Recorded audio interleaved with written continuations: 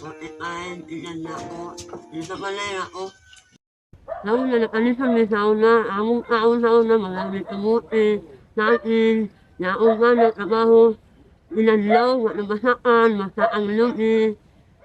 Yaan ako, magkuya sa balay, usahay, ang trabaho, yaong anak, siya maong anak na ako, magmay pa, di ba nakalisan ni, nang aming trabaho, maaaon ni, makakalit ang pagkasunan, ilang na sa bata, pag-iswila, so, nila, palituno nila, kasi ngayon, ihatang pa sa pag-iswila. The 2022 released report on education by the World Bank, with UNICEF, PCDO, USAID, and the Bill and Melinda Gates Foundation, could hardly show worse results for the Philippines.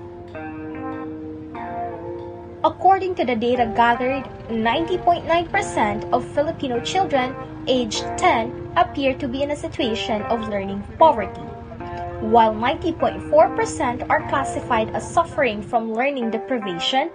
Additionally, 5% of Filipino children at the age are still unschooled.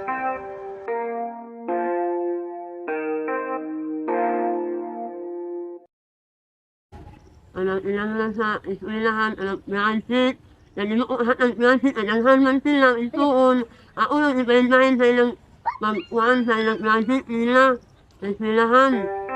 The four necessities of every person, food, shelter, clothes, and education, have long remained the same. Therefore, it is crucial to address the connections between poverty and education. Numerous factors, especially poverty, have a significant impact on children's education. Compared to their counterparts from more affluent homes, children from lower income families frequently enter school more later. With only a notebook and a pencil, the majority of young kids arrive at school without the essential learning materials. Along with making it difficult for kids to access the necessities, poverty makes it difficult for them to receive a decent education and a nutritious lunch.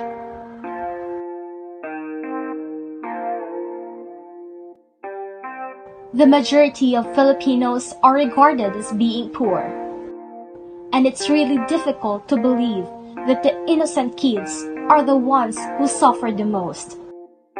They begin learning how to make a living at a very young age, both for themselves and their families. They are already vulnerable to illness or mishaps that could kill them and their future selves at a very young age. Without play, childhood, or education, there would be no advancement.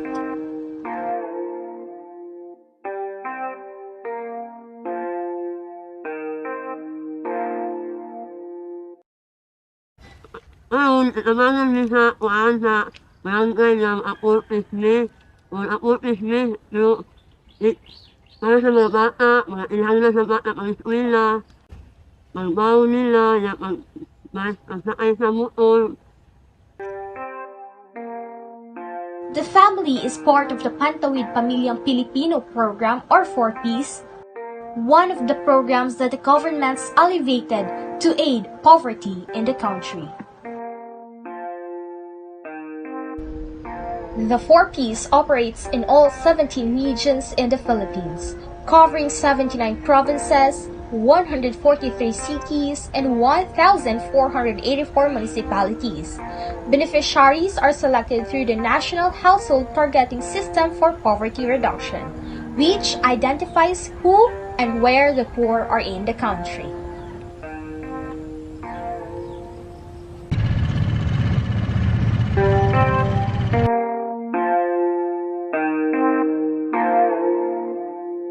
There are over 5.6 million Filipino families living in poverty as of 2022. According to findings of the Listahanan 3 survey released by the Department of Social Welfare and Development,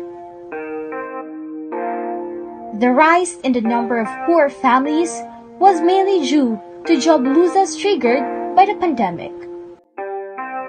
In individual terms, this means 2 out of 5 Filipinos are poor, or at least 30 million Filipinos are considered poor. This number is about 27% of the 111 million total Philippine population.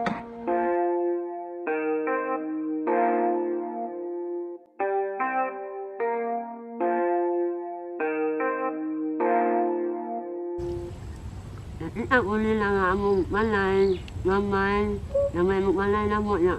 Nasana kong anak, niya. Masat mga yun sa anak, malay ahakang itaw. Oh. The Ibañez family is only one of many impoverished households in Butuan Metropolis that serve as a terrible example of what it's like to live in poverty. The terrible reality they face is where to get the money to sustain the needs of the children. It's exhausting to be poor. Desperation and despair are brought on by poverty. Poverty destroys one's soul, dreams, and hopes. Being in poverty is like being confined to a cell with no windows or doors. It seems constricting and as though there is no way out. The most persistent people never give up. Even so, there is no assurance that things will improve. Those who live in poverty are all too aware of this. Either they stiffen up or they give it to fate. You will endure rather than living life and thriving. These were the precise thoughts that consumed every person during their periods of poverty. You wonder if you are predestined, like a caste in another country, to live out life devoid of fulfillment, whether financial, professional, or simply having a better existence. Even though the Philippines have worked hard in the past until the current administration to reduce their poverty, it is still far from completing its aim. Alleviating poverty by giving them allowances is not and will never be enough for the family to walk out of their unfortunate situation. These people need a job that does not require a high educational background, a job that does pay accordingly, and a job does not discriminate. These people also need to stand their own, for them not to depend too much on what the government is giving them to survive their daily needs. Maling-awat nga. Maili po sila, ang maili makalison. Magkuhan, magtang-awawa na, malikalison. Both the government and the people are to blame for poverty. The government needs to do more to help those who are struggling, and the people need to be willing to help themselves.